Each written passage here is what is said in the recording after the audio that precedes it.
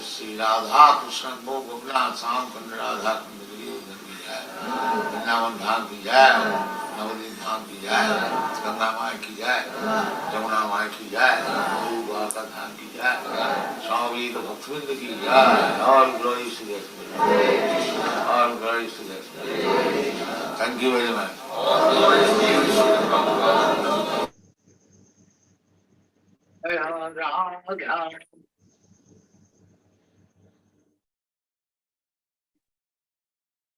Hare Krishna Maharaj, please accept my respectful obeisances. Hare Krishna Maharaj, please accept my respectful obeisances. You're welcome to Hare Krishna platform. We thank you very much for honoring the invitation. Thank you for having me. And, Inflation. The rate-setting committee is meeting in less than 2 weeks.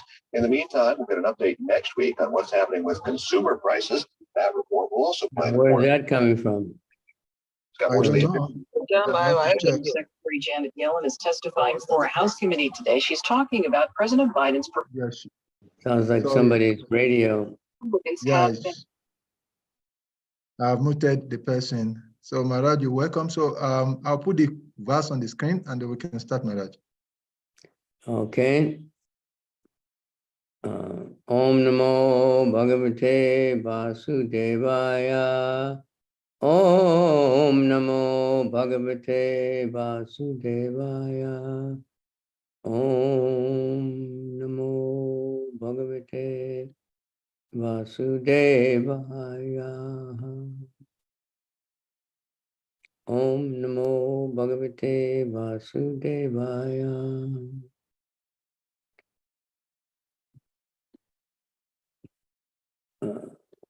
First canto, second canto, chapter 1, text number 15. Antakale Antakale tu tu Purusha Purusha Agate Agate Gata Sadvasa Gat Vasa Chindyad Chindyat Asanga Shastrena Asanga Sastrena Sprihan Priham Dehe Nu De Ye Ye Cha Cha Tam Tam Antakale tu Purusha Antakale Purusha Agate Gata Sadvasa Agate Gata Sadvasaha Chindyad Asanga Shastrena Chiliyad Asanga Shastrena Sprihan Dehenu Ye Chatam Preham Dehenu Yechatam Antakale tu Purusha Antakale tu Purusha Agate Gata Sadvasa Agate Gata Sadvasaha Chindyad Asanga Shastrena Chiliyad Asanga Shastrena Sprihan Dehenu Ye Chatam. Preham Dehenu Yechatam. Anyone else? Antakale Purusha Agate Antakale tu Purusha Agate Gata Sadvasa Agate Gata Sadvasa Chindyat Asanga Sastrena Chinyat Sanga Asanga Shastrena Priyam Dehe no Ye Sprihan Dehena Che Chatam Antakale tu Purusha Antakale tu Purusha Agate Gata Sadvasaha Agate Gata Sadvasa Chilya Asanga Shastrena Jinyada Sangha Shastrena Preham Dehenu Yechatam Srihan Sprihan Dehena Dehe Che Chatam Antakale to Purusha Antakale Antakale tu tu Purusha Agate Gata Sadvashaha Agate Agate Gata Agate Sadvasa Jinyada Sangha Shastrena Chinyat Sanga Sastrena Spriham Dehe Nuye Chatam Preham Dehenu Yechatam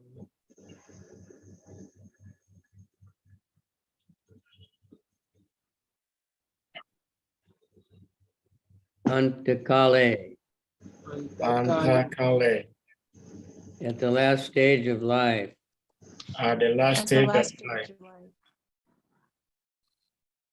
two, Two, but but Purusha, Purusha, a person, a person, a person, Agate, Agate, having arrived, having having Gata Sadvasaha, Gata Sadvasa, without any fear of death, without any fear of death. Shinjad Shinya must cut off. must cut off. Must cut off. Asanga, Asanga, non-attachment. Non-attachment. Shastrena, Sastrena. by the weapon of. by the The way weapon of. Priham, spray out Graham. all desires. all the All desires. desires. Dehe, They Dehi. in the matter of the material tabernacle. in The matter of the material tabernacle. Anu, Anu. pertaining. Pertaining. Pertaining. Yea, Yea. Yea. all that. all All that. Cha, Cha, That Cha. also. also. Also. Tam, Come. Come. That Them. Them. at the last stage of one's life, one should be bold enough not to be afraid of death, but one must cut off all attachment to the material body and everything pertaining to it, and all desires thereof.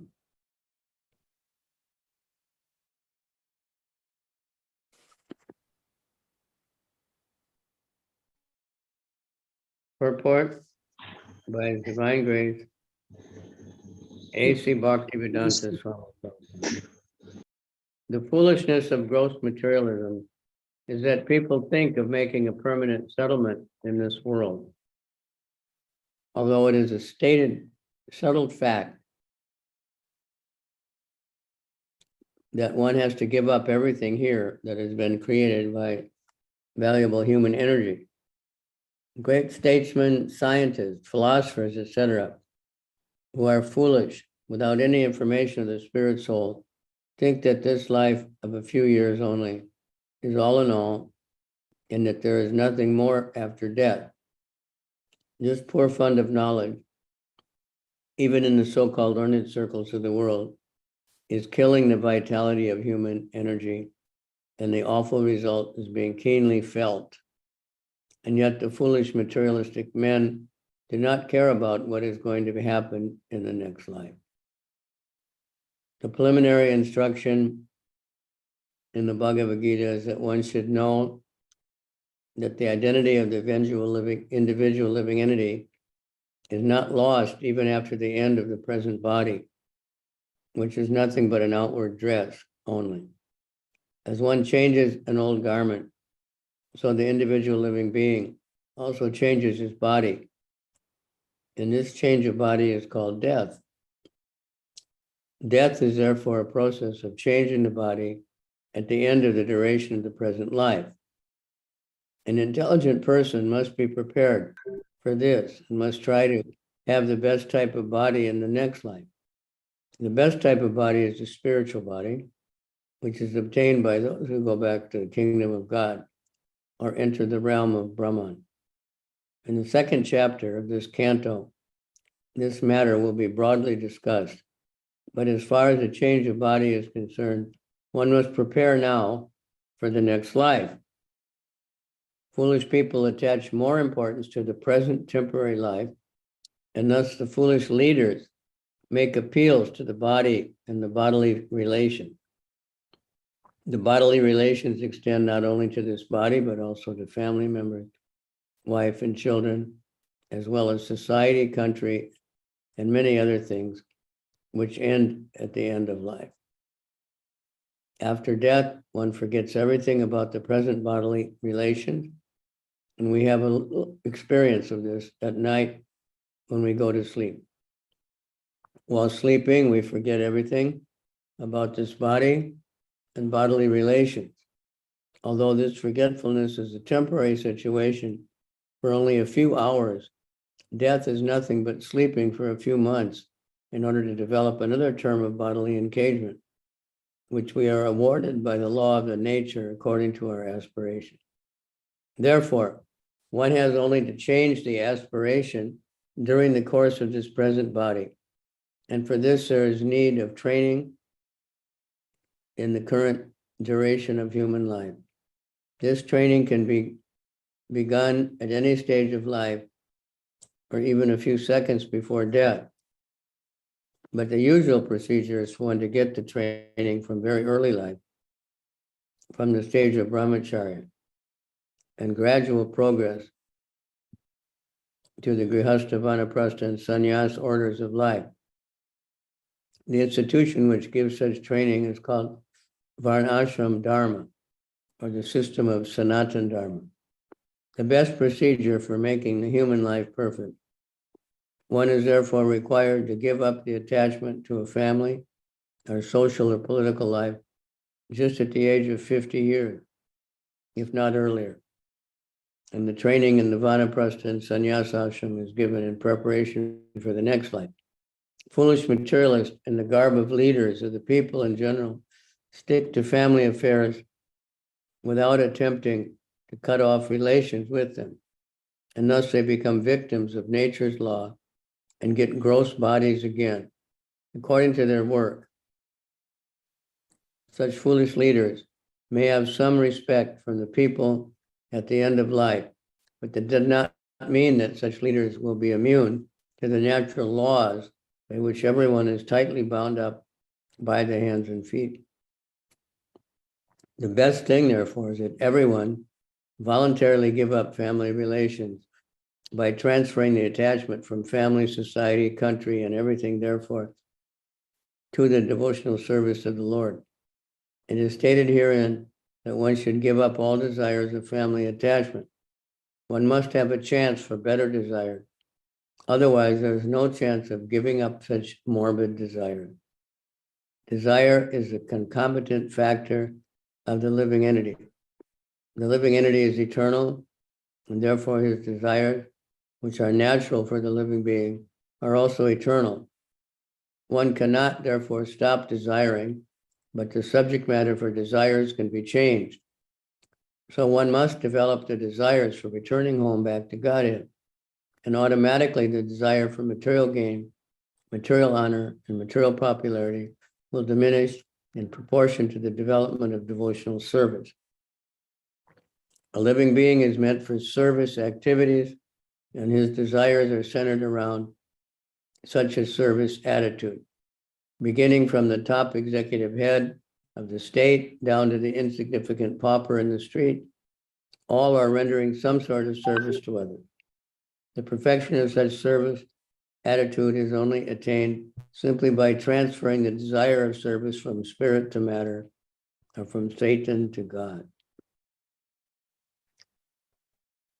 Om Jnana Timirandasya Gananjana Shalakaya Chaksura Militanyena Tasmai Shri Gurave Namaha Shri Chaitanya Manobhistam Stapitam Yena Bhutale Swayam Rupa Kadamayam Dadati Swapadantikam Vandeham Shri Guru Shri Yuttapadakamalam Shri Gurun Vaishnavams Cha Shri Rupam Sajajatam Sahagana Raghunatanvitam Tam Sajivam Sadvaitam Sabadutam Parijana Sahita Krishna Chaitanya Devam Shri Sri Radha Krishna Padan Sahagana Lalita Shri Vishakhan Vitams Cha Nama Om Vishnu Padaya Krishna Pristaya Bhutale Srimate Bhakti Vedanta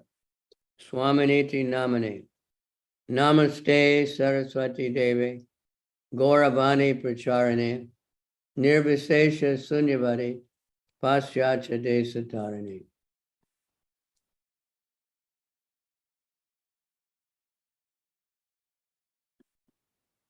Vanchakalpatrubhis cha Kripa Sindhubhya cha Patitanam Pavanebhyo Vaishnavebhyo Namaha. Hey Krishna, Namo Mahavadhanaya, Krishna Prema, Pradayate, Krishnaya, Krishna Chaitanya, Namani Gora, Tvishe Nama. Hey Krishna, Karuna Sindhu, Dina Bandhu Jagatpate, Gopesha, Gopika, Kanta, Radha Kanta, Namostate, Tapta Kanchana Gaurange, Radhe Vrindavaneshwari, Vishabhanu Sute Devi, Pranamami Hari Priya. Mukam Karoti Vachalam, Pangam Langaya Tegri, Tat Kripa Tamaham Bande, Shigarundina Tarni. All right, thank you. Whoever's attending, I know the timing's a little different than usual. Since I'm in India, it's already 9 o'clock night, so hopefully I can stay awake.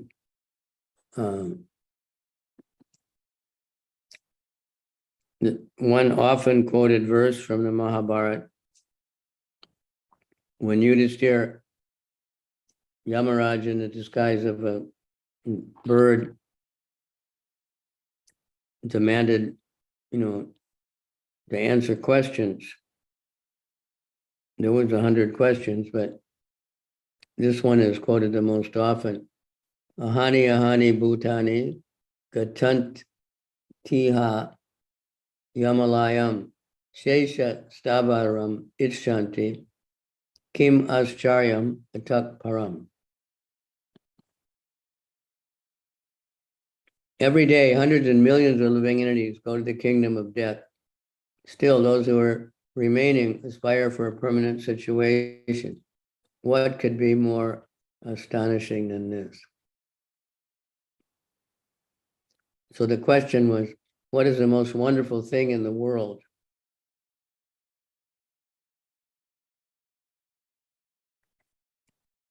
And that was the answer. Nothing could be more astounding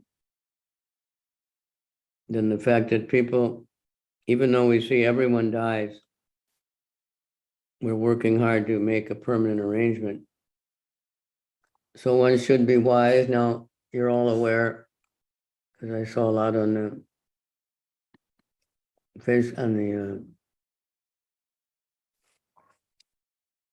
WhatsApp. Kadamba Maharaj, he was a perfect example now of what this verse is recommending.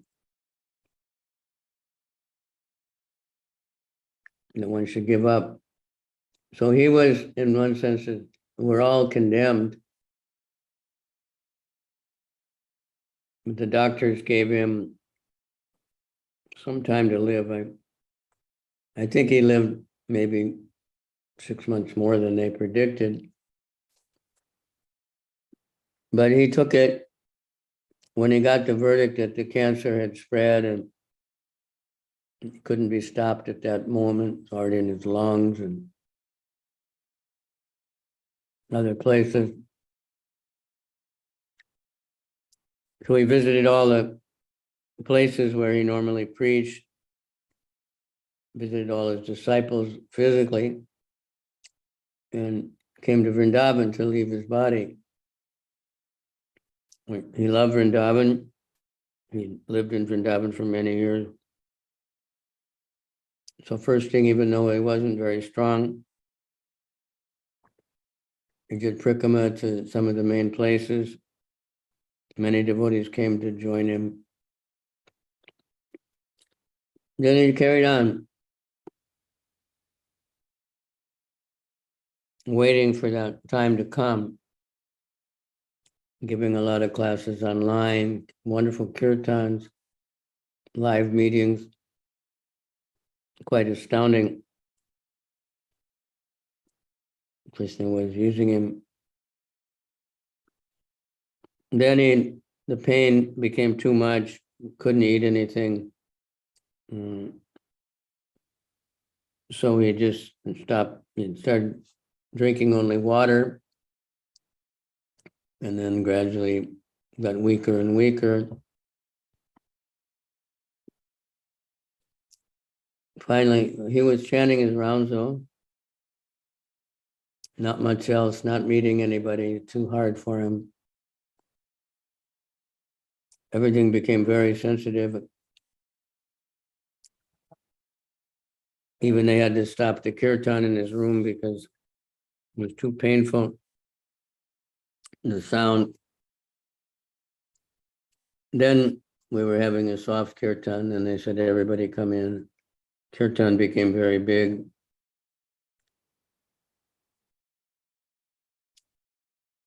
Finally, he took some looking like kind of deep breaths and opened his mouth, and that was it. So he lived a perfect life. You might have seen some of the, so many things are on Facebook and in different places in glorification. He was not an ordinary sannyasi, not an ordinary person.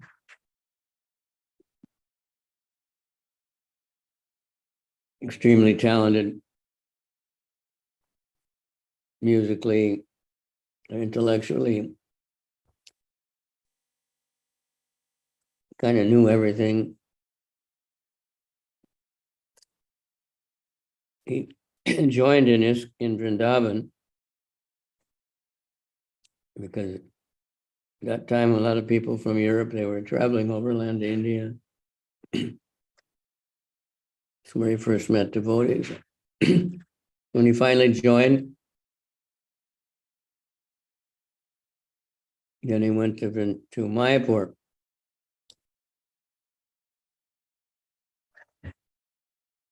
Mayapur, he supervised the construction of Prabhupada's Samadhi. He had learned Bengali language. He was fluent in many languages: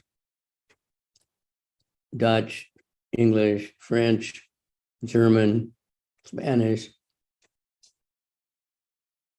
and then Hindi and Bengali.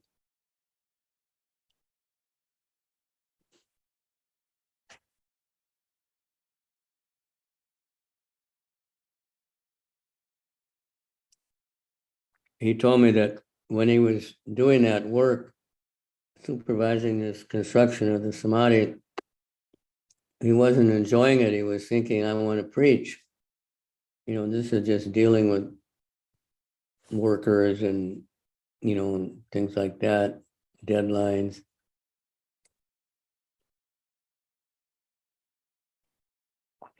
But when he saw that Samadhi open, so many visitors coming every day, then increasing so much the number of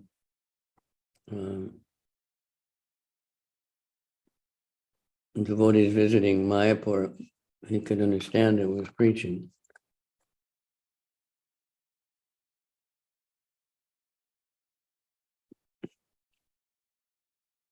So there's a very nice letter that GBC executives wrote.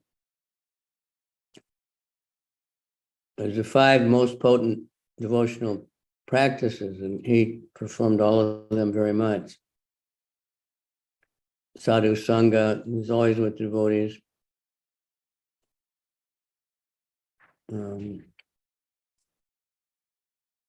Nama Kirtan, chanting the holy name. He was very well known for kirtan. Loved to chant. I was staying in a room next to him in Mayapur one year, and he would just be in his room alone chanting with his harmonium, or maybe working out new melodies or something. He just chanted for the pleasure of the Lord and the Guru. Hearing SRIMAD BHAGAVATAM, of course, he was very scholarly, especially like Chaitanya Charitamrita, and living in the holy place.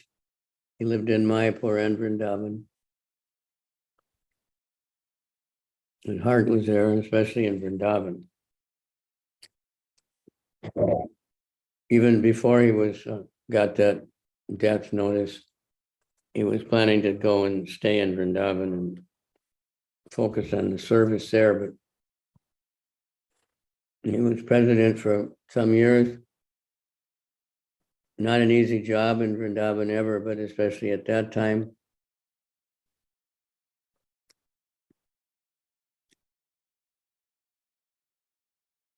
something like 10 years. But he stayed on the committees and managing committees of Mayapur and Vrindavan his whole life.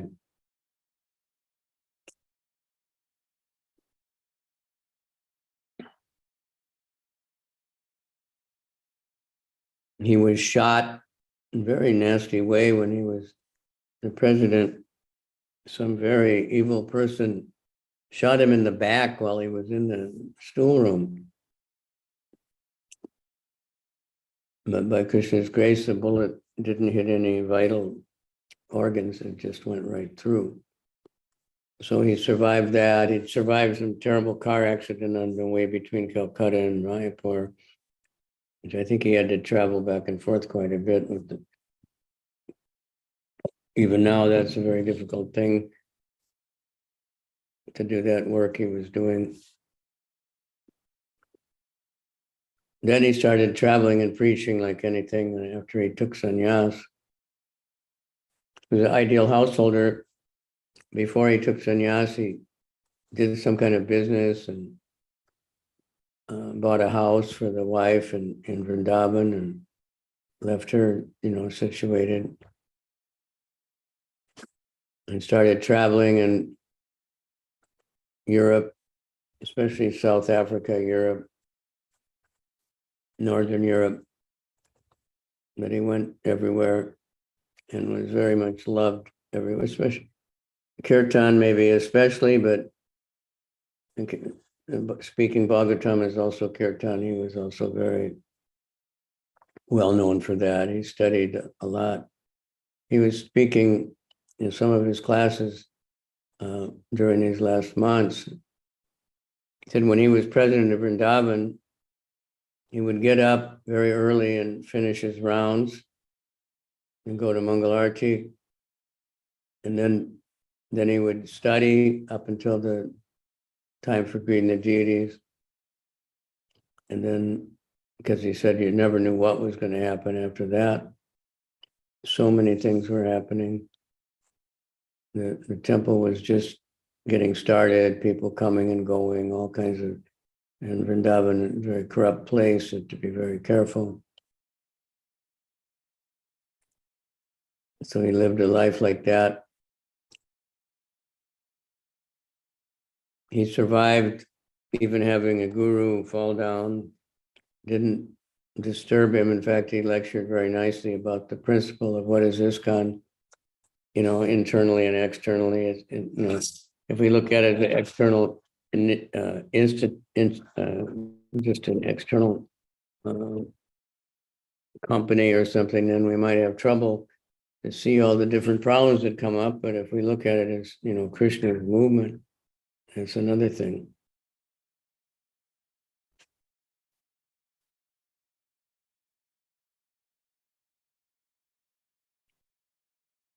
But he was always humble, very approachable. I know myself. I had a very nice relationship. I never worked with him, and somehow, we would be in the same places sometimes. He was always very kind to me, even though he's the disciple of my godbrother. And so in one way, I felt like he was more fatherly. He was very loving. I always considered him very, very advanced, in the taste for the holy name, and also just because I would see every time you go in his room, he had the Chaitanya Charitamrita open, and he would study and plan out, how to present these things for everybody. So many were inspired to become devotees by him. He had great difficulties that, that we don't know exactly, but serving in Vrindavan as temple president, there were many, many, many great difficulties. And he just pushed on lawsuits and, dacoits and murders. But he never deviated, never got bewildered, never lost faith in Prabhupada and the movement. So that's a very rare person that has so much talent and opulence, but always remains humble and simple. So like I said, he got diagnosed with this terminal cancer. He'd had the cancer before. He didn't think it was cancer or something else. He went for surgery and the doctor said, oh, this is cancer. And it turned out it was. They did a lot of cutting and they took it all out, they thought, but you know, cancer is such a thing. So during the lockdown time, he didn't go for testing and Ayurvedic treatment like he normally would. And started suffering, feeling a lot of pain, and finally got back to being all the tests and saw that he had that. So he took it exactly like this verse is saying. And then the point is that all of us, we might not have the fortune of getting such a warning, you know, so we can think, well, I'm going to live another 5 or 6 years or something. I'll get, or some of you may be thinking you can live 20 or 30 or 40 years, but we don't know. Nobody knows. So this is, you know, like main point of the Bhagavatam, that Prakrit is asking, what should I do? You know, this is this last stage of life. One should do. So one should not be afraid of death. You have to welcome. Prabhupada said, devotee welcomes death. Here comes Krishna. Here comes trouble. Whenever there's trouble, Bhakti Tirtha Maharaj said, whenever there's trouble coming, you think, here comes Krishna. You know, he wants to make me stronger. We could think he's testing. Do we really care about him or not? Are we just going to say this is too much trouble, you know?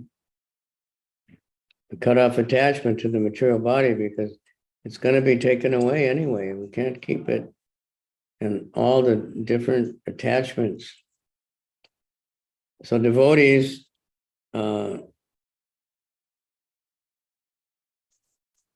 we have many in our movement, Vanaprastha, husband and wife, who practically never had a life of sense gratification. And they were married and they were always just serving Krishna together. And they go on serving Krishna together. Some are running big temples, running huge preaching programs, you know, and they're in the renounced order of life. They're not grihastas, they're not sense gratifiers, they're not husband and wife trying to enjoy family life. The children are grown up. Some of them, the children went away. Some of the children are very good devotees. But they relate to everyone as a devotee. Foolish people, no matter how great they are in the material world, they think this short life is everything. And they have the foolish idea that now in the students in America, they have a motto or a saying, YOLO, you know, YOLO, you only live once. So therefore party, enjoy as much as possible. They get it all wrong. The intelligent person, the devotee, understands this life is very short. We don't know how long it is. Any day it could be over. So many different ways we might have to leave this body, by disease, if it's not old age. So many people nowadays don't die a natural old age death. They die of some terrible disease. They die of accidents, all kinds of accidents, wars, pestilence, you know, anything can happen. So they call it death, but we just have to change bodies. So we should be thinking. It's like people, if they have an old car, they start looking at the reviews or going to the, you know, what kind of car should I get next? Or what kind of mobile phone should I get? You know, this one is getting old, it's getting too slow, it's not prestigious or whatever reason. And we try to plan what we want next that we think will be better. Some people, it's just what kind of haircut they'll get, what clothes they're going to buy, how they're going to decorate their body for the next day or for the next, future something. But the intelligent person is planning beyond that. They have a question, is there life after death? I sometimes think we should say, is there life after birth? Because people take birth, but then they never really live because they never heard of Krishna. They never have any kind of spiritual awareness. They're just living to keep the body alive. They think if I get my food and drink and have some sex, my life is perfect, and how I will get more of the same thing tomorrow. Or I'll leave a big bank account for my children. This way I will live on. They're thinking they live on through their grandchildren or their great-grandchildren. People are so happy when they see their grandchildren because they think, people say, oh, he looks like grandfather. They feel happy that they're living on. They have no idea that it's spirit soul. So this is going to be discussed more and more as we go through. This is a very thorough purport, very long one. Second canto contains some of the longest purports in the whole Bhagavatam, 13 pages. So after death, we enter another body and we forget everything. But death is not the end. We just have to leave the body. So Kanama just showed us perfectly, It was very difficult for him the last days. He could hardly breathe, but he would hold his beads, and he said he could only chant in his mind. He couldn't even, lungs didn't have enough power to make sound. But up until a few weeks before, he was still making his ecstatic kirtan. He put so much energy into the kirtans, his whole body was swaying and head, and right, he's fixing his mouth and pronouncing everything, and playing the harmonium. People didn't like to let him play their harmonium because he would sometimes break it. He pounded on it. Actually, before he was a devotee, he was a musician. And he lived by chanting out in the street with his guitar. And in those days, we didn't have all these small portable amplifiers and everything. So we had to really sing really loud. He told me when the doctors did the chest x-ray, they said his lungs were especially big. He could really sing very loud and powerfully, and he could go on because he loved chanting. He loved the holy name. So intelligent person has to prepare. Don't be foolish and only preparing how to live comfortably in this body or have a retirement home or something. That's all well and good, but if it's just to carry on with the sense gratification, people just find a retirement village, or at least in the West, so they can play golf and play stupid games together, sit around and play poker, gambling.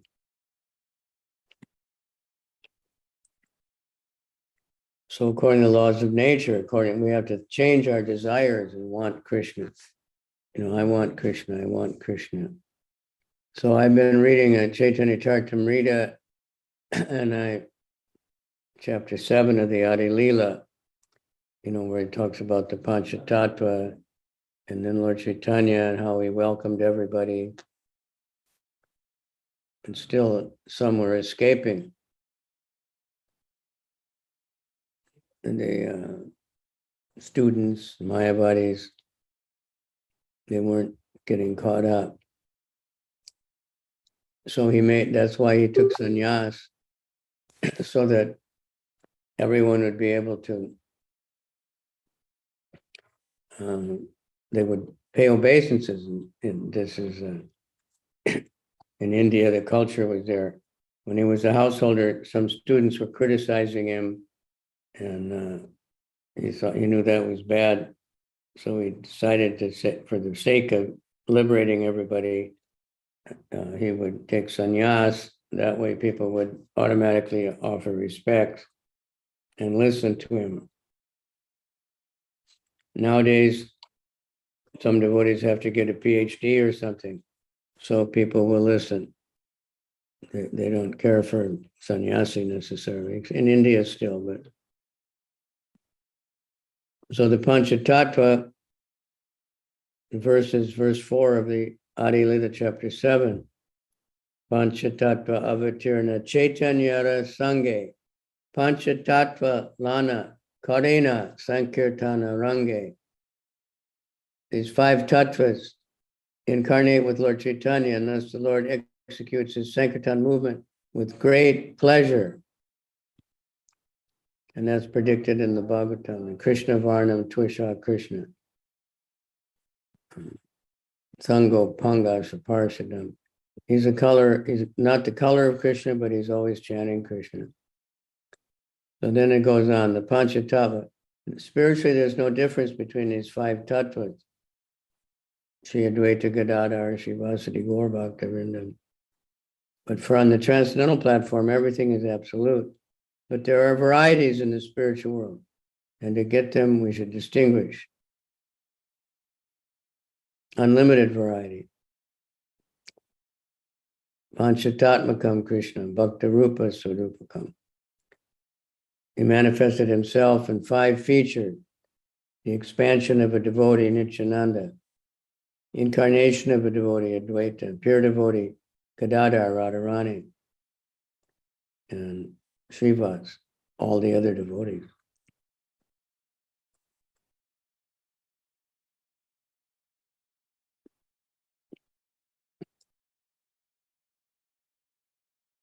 So Krishna is the supreme enjoyer, but Lord Chaitanya advented himself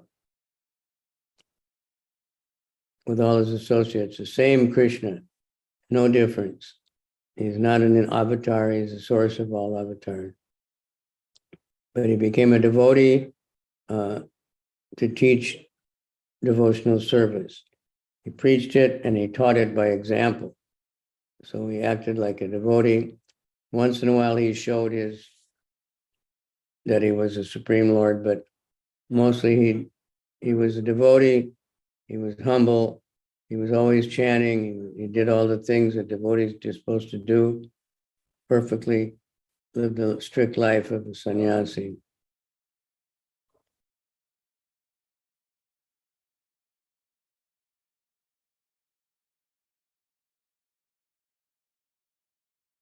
So he wanted to, internal reason, Lord Chaitanya wanted to understand Radharani's mood and her love for him. He couldn't, otherwise he couldn't understand.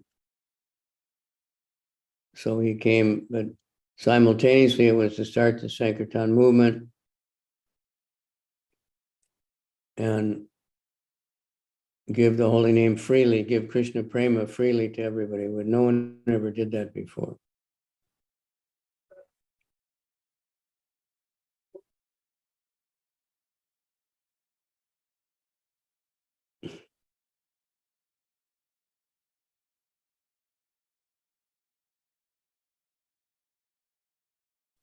So there's 3 predominators, Chaitanya, Nityananda, and Advaita. And then there's the devotees, Gadadhar and Shivas. So Prabhupada is mentioning it. This is for everybody. Lord Chaitanya's preaching was wide open for everybody, no restriction of gender, path, creed, birth, whatever religion someone was, didn't matter.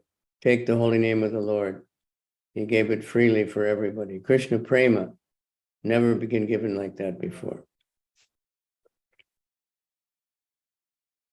The internal potencies, Gadadhar and Shivas, those are the devotees. And, we hear about it all the time.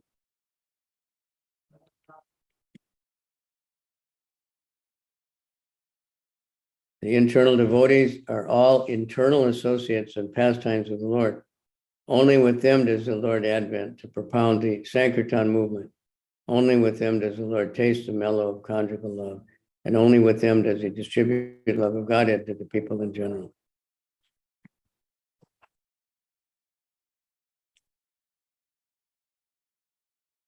So anyone who joins this movement, this Hare Krishna movement, Sankirtan movement of Lord Chaitanya, headed by Srila Prabhupada, is a continuation of Lord Chaitanya's pastimes. Congregational chanting of the holy names, dancing and chanting, very important. Studying Srimad Bhagavatam. Lord Chaitanya, he studied Srimad Bhagavatam many hours every day, preaching Srimad Bhagavatam, worshiping Tulsi.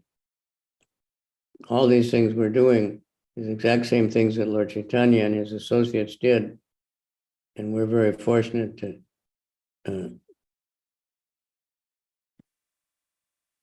be able to be part of this.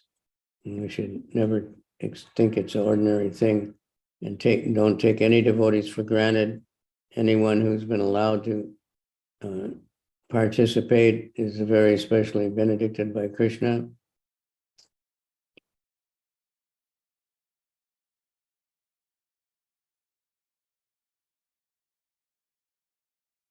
So one verse here is the characteristics of Krishna are understood to be a storehouse of transcendental love. Although that storehouse of love certainly came with Krishna when he was present, it was sealed.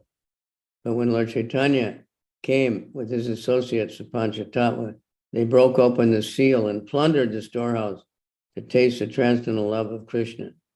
And the more their thirst for it grew, the more they took it, the more they wanted it. They wanted to give it to everybody, and the more they give it, the more they get. Panchatattva danced again and again and made it easier to drink the nectarine love of Godhead. They danced, cried, laughed, and chanted like madmen. And this way they distributed love of Godhead. And people, Prabhupada is writing, they can't normally understand the actual meaning of dancing and chanting. Describing the Goswamis, Srinivas said, Kirtan, Krishnot Kirtana, Ganana, Tanaparo, Nartana. Not only did Lord Chaitanya and his associates demonstrate this chanting and dancing, but the 6 Goswamis followed the next generation. The present Krishna conscious movement follows the same principle, and therefore simply by chanting and dancing, we've received good response all over the world. It is to be understood, however, that this chanting and dancing do not belong to this material world. They are actually transcendental activities. For the more one engages in chanting and dancing, the more he can taste the nectar. So more kirtan, more kirtan, more kirtan, especially public kirtan. We want to advance. We get that asked question a lot. How can I advance? How can I give up envy? How can we do this? How can we do that? Chant and dance more. If you can't get anybody to go with you, go by yourself. Just stand outside and chant. Chant in your room. So they did not consider who was the candidate, who was good or who was bad. They made no condition. This way they distributed love of Godhead. This is our business. And don't distinguish this person as, Muslim or Christian or Jew or atheist or scientist or scholar or, Chinese or European. Doesn't matter. They're all equally qualified. They're all spirit souls. Lord Shri Krishna is in everyone's heart. So they plundered the stores, the love of Godhead, and distributed. There was no scarcity. It's complete. The more this storehouse, the more you distribute the love of God, the more you get. Like we're seeing, the more we try to distribute the books we have, somehow Krishna is sending more books. So please, that's our storehouse is full of love of God in the form of Prabhupada's books. So take them out and distribute them. And the more you just don't, I remember sometimes when I first came and there was a shortage of books, and devotees thought if we distribute them, then we won't have any books left. So we're hiding them. No, then you'll never get any more books. You have to distribute them. And it's nature abhors a vacuum. If the storehouse becomes empty, Krishna's going to send you much more.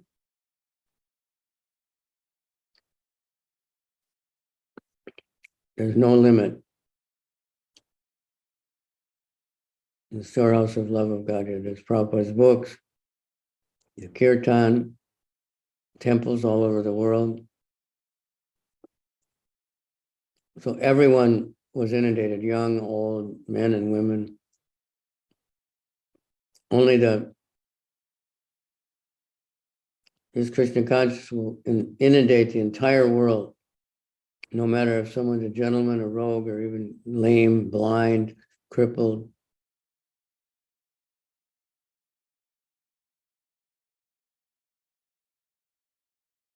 And the Panchatat would become very happy because the seed of material enjoyment got destroyed by all this chanting all over the world.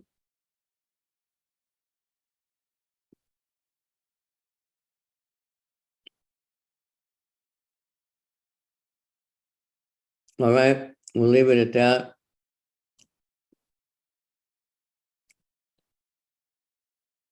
Some tried to avoid it, but that's why he took sannyas and then they followed along. All Thank you very right. much, thank you very So much, Maharaj. I was going to try to stop a little earlier, but if you look on Dandabaj, you'll find so many wonderful glorifications of Kadambakana Swami. And of course, his kirtans are all over the internet. So Thank if you we have very any much. questions, I'll welcome them. Okay, thank you very much, Maharaj, for the class and the references. And we're grateful for the narrations. And I'm sure devotees have learned one or two things in the course of your discuss. So dear devotees, if anyone has a question or comment, contributions, please express yourself by using the hand emoji or raising your hand directly through the screen so that we can call you to ask a question. Sadhu Prabhu, please can you unmute? Hare Krishna, Maharaj, please accept my humble obeisance and glories to your glories to God, adoration. Thank you so much for being here, Maharaj. Initially, I thought you might not be able to make it to today's class because I kind of understood it that you were physically helping give His Holiness Kadambakana Maharaj Association. So we thank you for still making it here today. And we thank you for the many examples you keep showing to us. So much love to each and every one, regardless of background, regardless of status. And so today I do not have a question. I'm just trying to learn and also appreciate the dedication you all have for devotees in general. And I hope that we can learn from you all and try to live it as we see in you. So thank you very much, Maharaj. Hare Krishna. Well, that's interesting you would say that. But we're getting very old, and hopefully Kadambakana was talking like, what is the hope for his disciples? And he's hoping that they'll pick up like the Christians say, take up the cross, I saw one Christian commenting the other day, said, just because you go to church doesn't mean you're a Christian. You have to pick up the cross. You have to do the work of Jesus. You have to carry on. So just because we go to the temple or just because we got initiated doesn't mean we're a Vaishnava. We want to get really serious to spread it everywhere,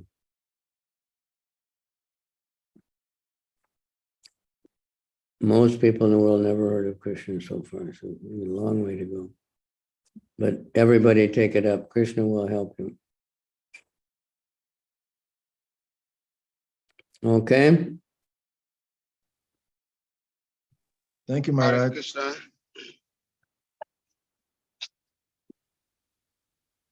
Yes, Jana Vatsala, David Dasi, please kindly unmute and ask a question. I think Govinda Prabhu raised his hand before me. He used raising his hand through his video. Okay. Okay, Govinda Prabhu, I'm sorry, forgive me. I didn't notice your hand raised up. Yeah, no problem, Prabhuji.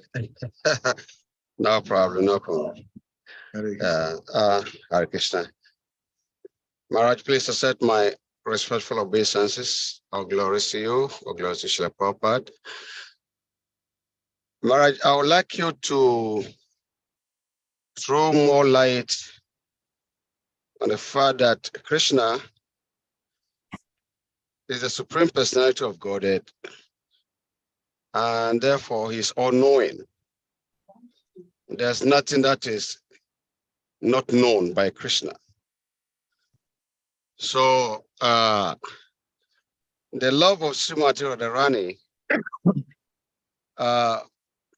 is so intense that Krishna could not understand why Srimati Radharani has so much love for him. And therefore, he has to come as Lord Chaitanya Mahaprabhu to experience that love. So the Supreme Personality of God, who is all-knowing, how come that he could not understand the love of Srimati Radharani and he has to come as Lord Chaitanya? Could you please throw more light on this?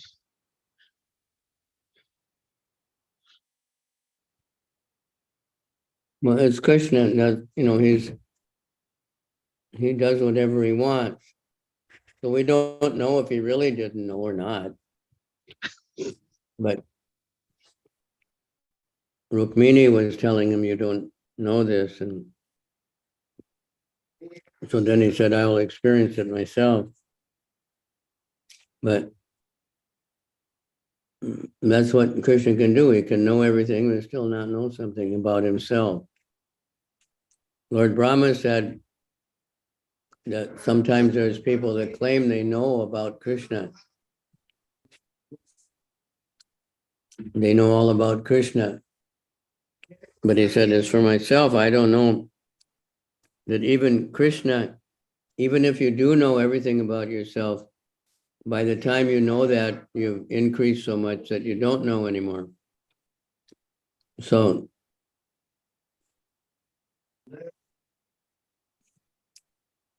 that's Krishna. But also, this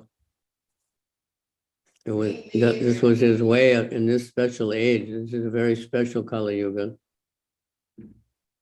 a very special millennium, because it's the yuga where Krishna appears. He doesn't appear in the original Krishna every yuga. And in this Kali Yuga, he comes as Lord Chaitanya. So maybe it could be that he's just saying all that, just like Arjuna was Krishna's intimate friend and knew everything about Krishna. But Krishna covered him over, so it seemed like he didn't know and he didn't understand. Krishna makes all kinds of arrangements in order to, he arranged for Parikshit to be cursed, and such a perfect king and a young man to be cursed to die. But that's how he managed to get the SRIMAD BHAGAVATAM spoken. You think, well, he can do it any way that he wants.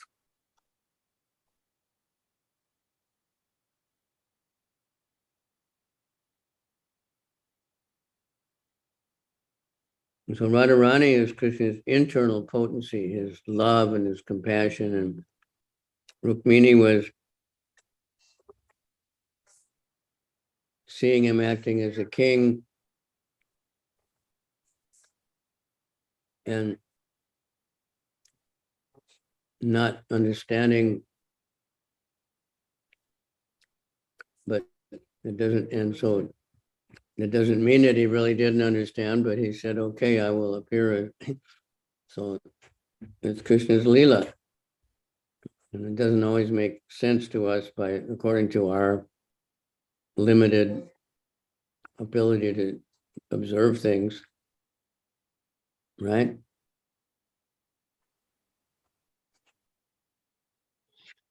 All right. Thank you. Thank you, Maharaj.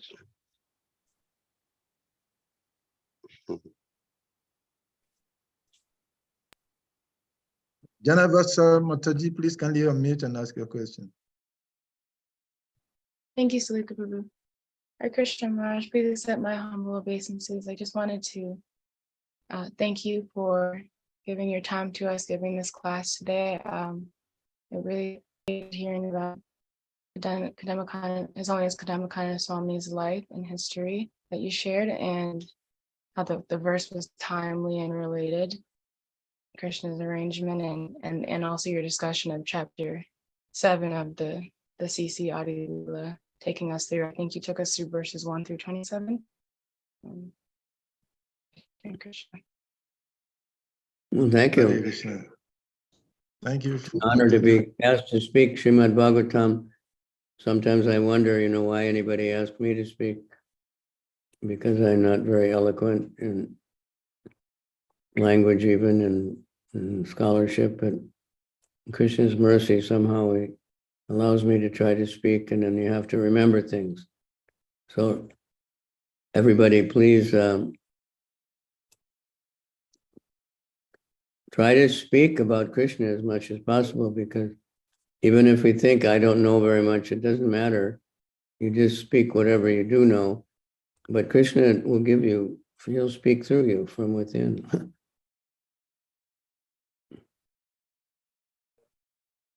Thank you very much, Maharaj. Thank you, Mother, for that appreciative comments. We appreciate. Sriman Varachara Prabhu, please kindly unmute and ask a question. Dandava Pranam Maharaj. All glories to the Prabhupada. All glories to your holiness. Prabhuji, First, please, sorry, Prabhu, if you are not on the road, if possible, you can put on your camera. Well, I'm in somebody's office. Okay, anyway, okay. I'm doing some work. Okay, Maharaj, all my respectful obeisances, all glories to Srila Prabhupada, all glories to your holiness. I sent some message in the chat room. You're looking very special today, Maharaj. I don't know. Maybe other devotees don't recognize that. Maybe I'm going wrong. But you're very much shiny and effulgent. So please let your mercy shine on us. When I look in the mirror, it looks like death personified.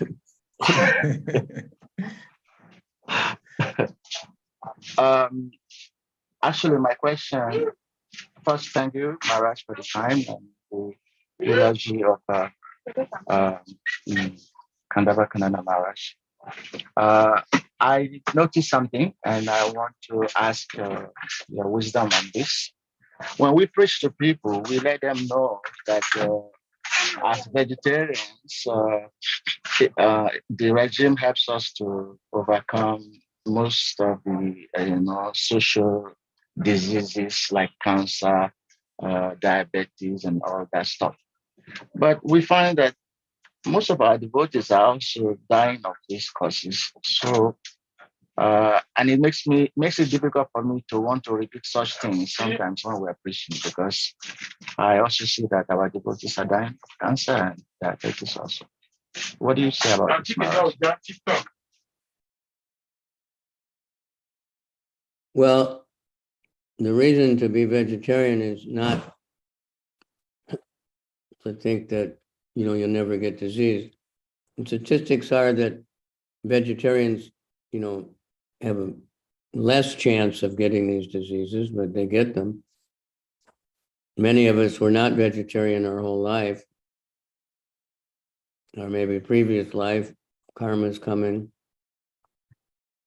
But we're vegetarian because, it's ahimsa. Ahimsa is like the first of the yama niyama. It's a matter for the human life. It's to help us get to the mode of goodness. not to be living a life based on violence.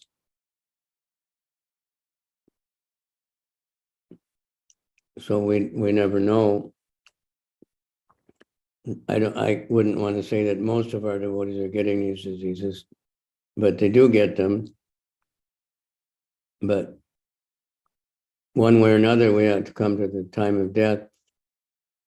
When I first came to Japan, there was some, I don't know, the religion probably still exists, but they had some idea if you eat, vegetarian, you eat properly, all the healthy food, then you can live forever and never die. They really took it to the extreme. So one girl was there and chanting and everything. And then she gave it up. She gave up chanting and she became a meat eater. And we asked her why. She said, well, my boyfriend died. So I figured I might as well just eat meat anyway, because, even he never did, but he would died anyway. So that's an extreme foolish idea, but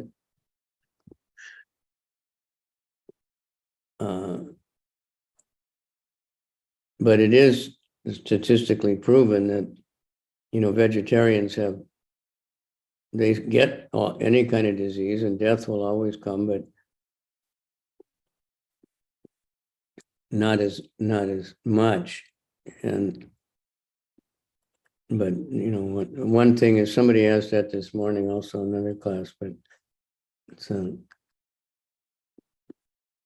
we're not, most of us, like myself, I ate so much meat my whole life until, I was like 19 or 20 years old or something. So definitely I have to suffer for that.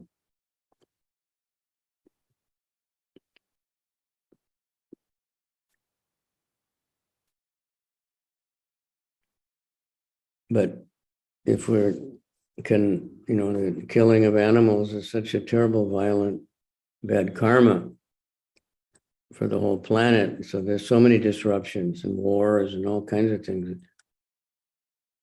because people have no respect for life.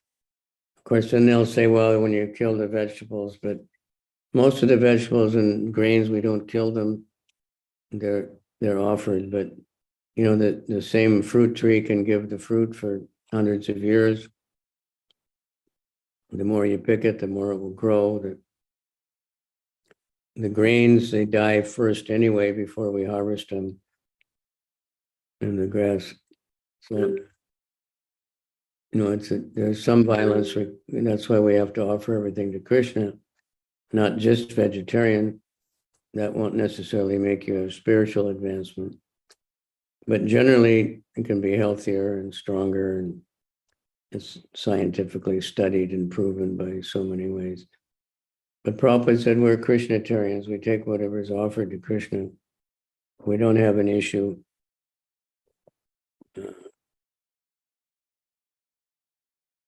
Let people chant the holy name if they want to eat meat, okay, but they'll change because they'll gradually realize, the value of the life and where these things are coming from. Okay, thank you. I guess that does come up a lot because people are like that. Thank you, Maharaj. Hare Krishna, thank you very much, Maharaj, for the beautiful answer to that question. It's one question that actually arose in the mind of so many, because we see that sometimes maybe the way we do present the philosophy sometimes also put us in a spot. So thank you very much for clearing that information. And being a vegetarian doesn't necessarily mean that one would not be affected by disease, but it brings about a lesser chances of being affected by those chronic death-related diseases. Thank you very much for the answer. Bhakta Azan, please kindly unmute and ask a question. Hare Krishna, you Maharaj, please accept my humble respect, obeisances to your beautiful lotus feet. concerning about meat and animal killing. In Quran, if you give birth to a child, you have to kill animal, like a sheep, to do the naming ceremony. And killing this animal, you have to recite some verses in Quran, and the animal has to face the east.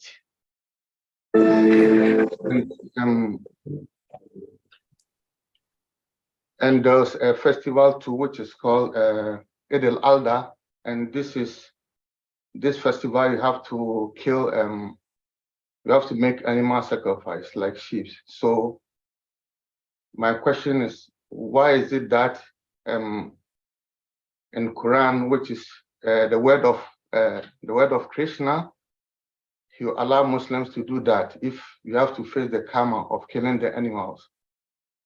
This is my question.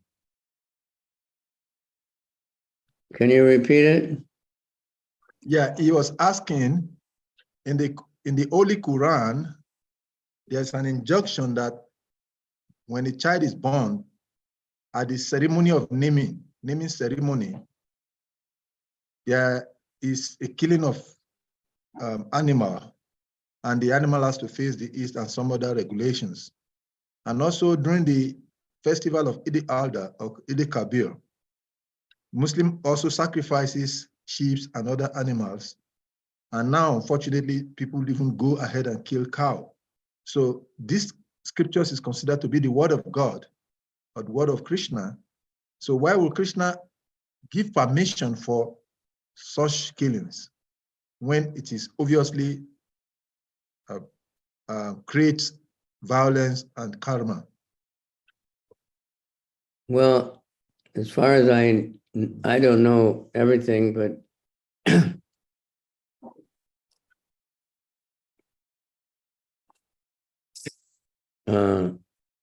I think a lot of things were changed as time goes on. Like I know, at least for the Bible, the English translation, you know, the word meat just keeps coming up again and again and again. But if you look in the Hebrew, the word that's translated as meat never says the flesh of animals. It just says they had lunch, they had dinner, they ate together, they broke bread, they did this, they did that. So, you know, something like that is going on in the world.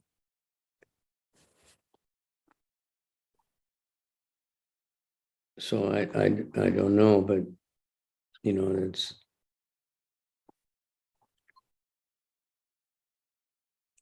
we don't, you know, nowadays nobody knows what's actually preserved or anything.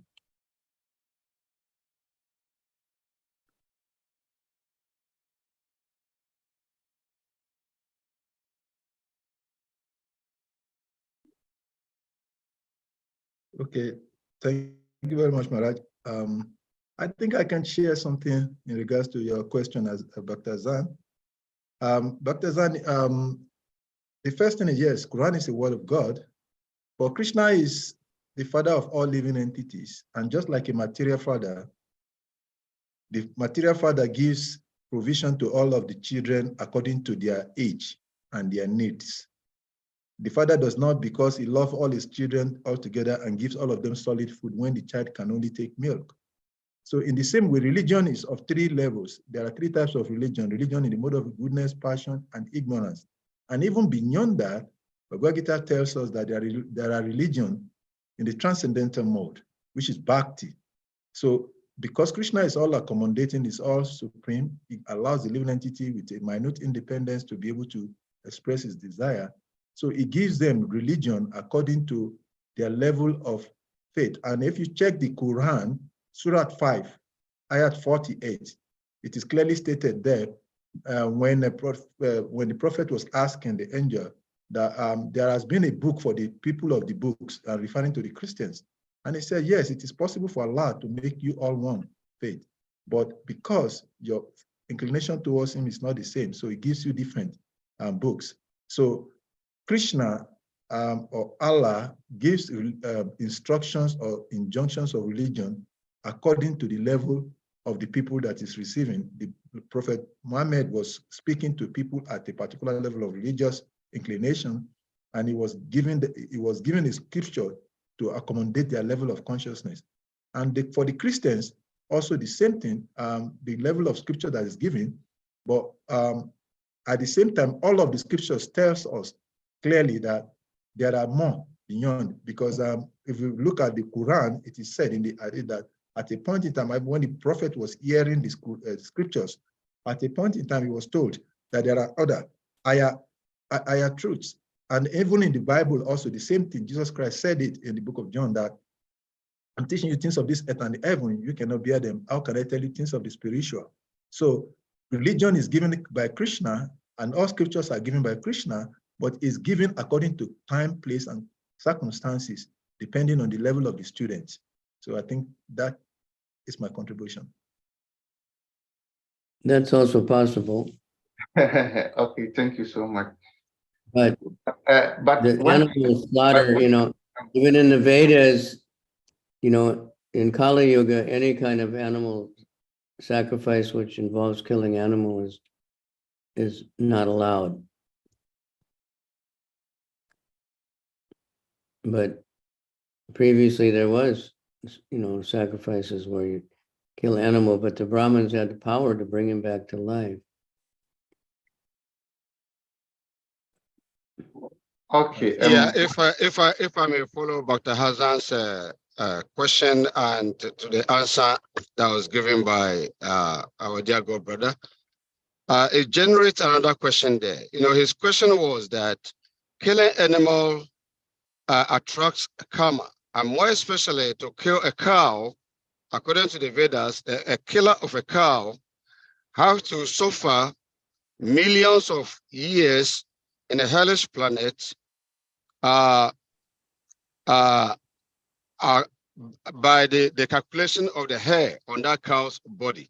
That means that killing the cow, one has to reincarnate millions and millions and millions of times. So why should a merciful Lord Krishna, if he's given religion, will punish his children this way? I think yes, that is question. Yes, I'll put one more thing. In the Quran, Allah said that if somebody die and he's going to be buried, during the burial they have to stay there and make a prayers like killing a camel, how long it will take to kill a camel and distribute the meat, you know. So that means they have to stay a very long time praying for the dead person. So why is the same God saying this here and saying another thing here? And Krishna knows everything, you know, because Krishna knows that the origin because when I was little, I don't know anything about Krishna consciousness. But now I know about Krishna consciousness. So Krishna knows that one day I'll become a devotee.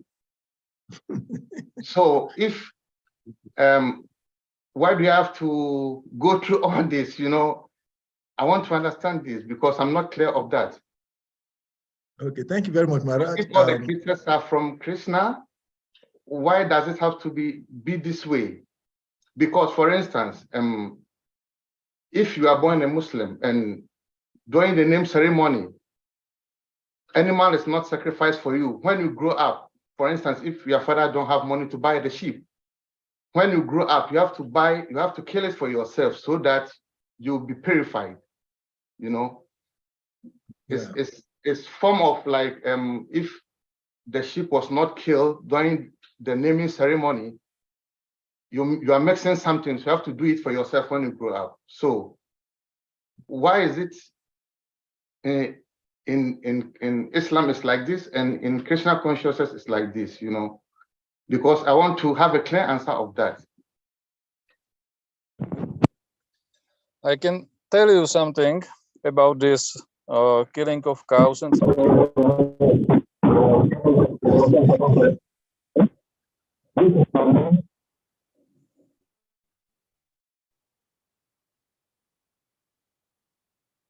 Hare Krishna.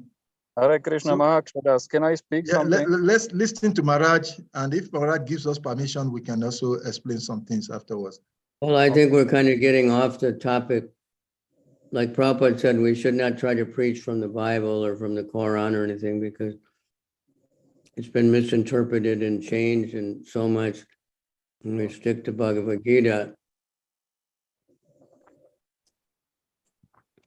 So the chanting of the name of God is also stressed in all these scriptures, and it transcends all these other things. Some of these things, I have no idea. I know, like in Ayurveda, there's sometimes for this disease you eat chicken, and for this disease you should eat mutton or something. But that's not general for everybody, but for the people that only eat meat, then the medicine is a certain type of meat, you know. So, but the real thing is, you know, is no meat. So I have no idea, you know, as far as I know historically, that after Muhammad, and then people changed the Quran again and again and again.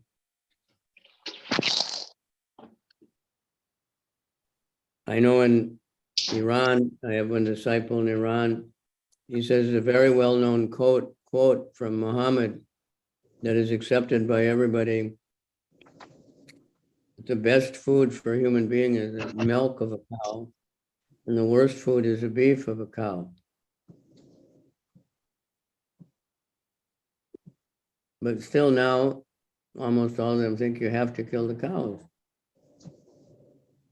even though that is well known and accepted to be a bona fide quote of Muhammad. So as devotees, we shouldn't get too caught up in that.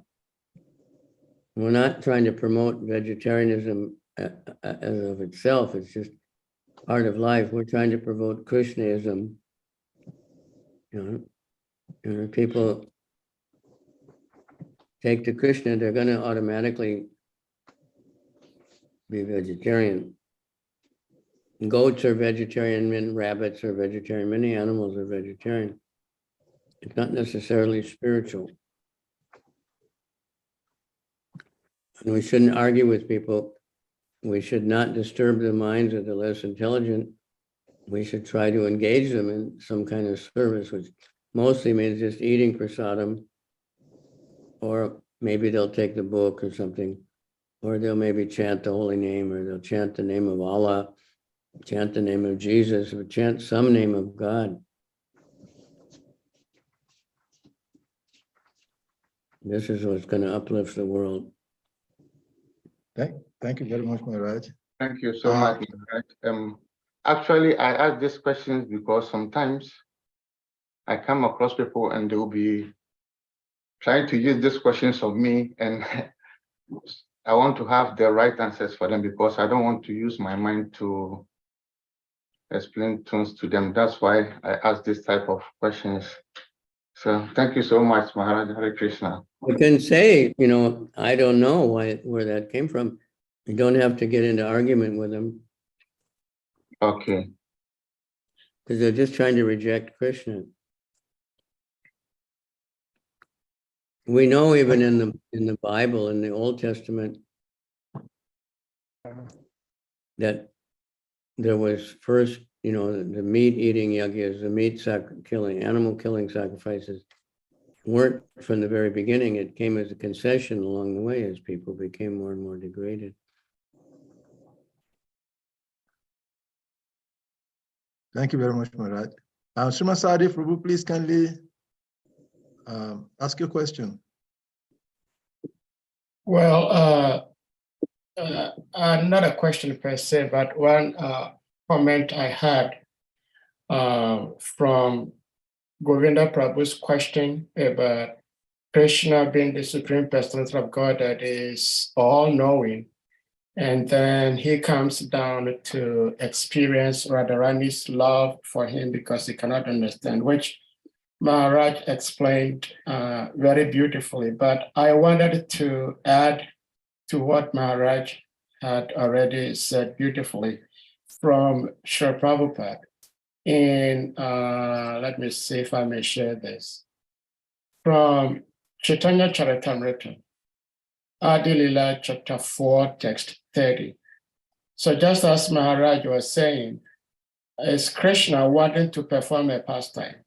So Srila Prabhupada writes that in the spiritual loving sentiment induced by the Yoga Maya potency, both Lord Shri Krishna and the damsels of Braga forget themselves in spiritual rapture. Now, somebody may ask himself, why would God, the Almighty, ever forget? But it's pastime that the Lord puts himself in order to make the pastime happen. So by the influence of such forgetfulness, the attractive beauty of the gopis plays a prominent part in the transcendental satisfaction of the Lord, who has nothing to do with mundane sex. Because spiritual love of God is above everything mundane, the gopis superficially seem to transgress the codes of mundane morality. This perpetually puzzles mundane moralists. Therefore, Yoga Maya acts to cover the Lord and his pastimes from the eyes of mundanes. So that's what I just wanted to add to what Maharaj said. Hare Krishna. Hare Krishna. Thank you so much, very much, Suma Saadi Prabhu, for that beautiful quote. All right, you'll find so much to explain that. Chaitanya Charitamrita is, explains all these things also. Prabhupada's purports are very thorough, trying to understand the really higher inner, self of Krishna, the internal potency is Radharani. So to show us, demonstrate, he took that mood of Lord Chaitanya to show us the feelings of Radharani, and because we can't, otherwise we could never understand. We can't understand anyway, but we could never even experience.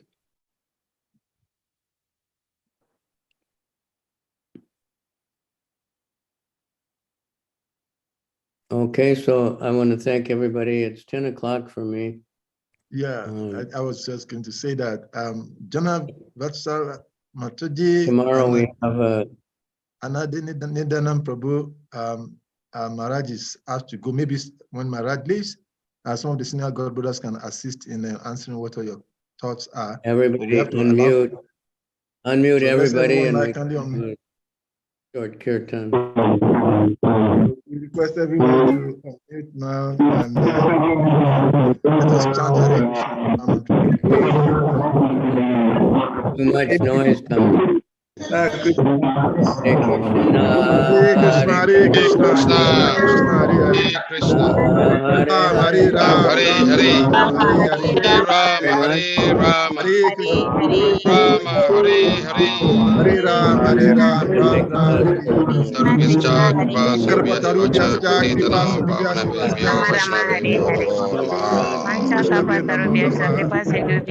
Patitanam Pavanabhyo Vaishnavibhyo Namo Order of the African South Africa.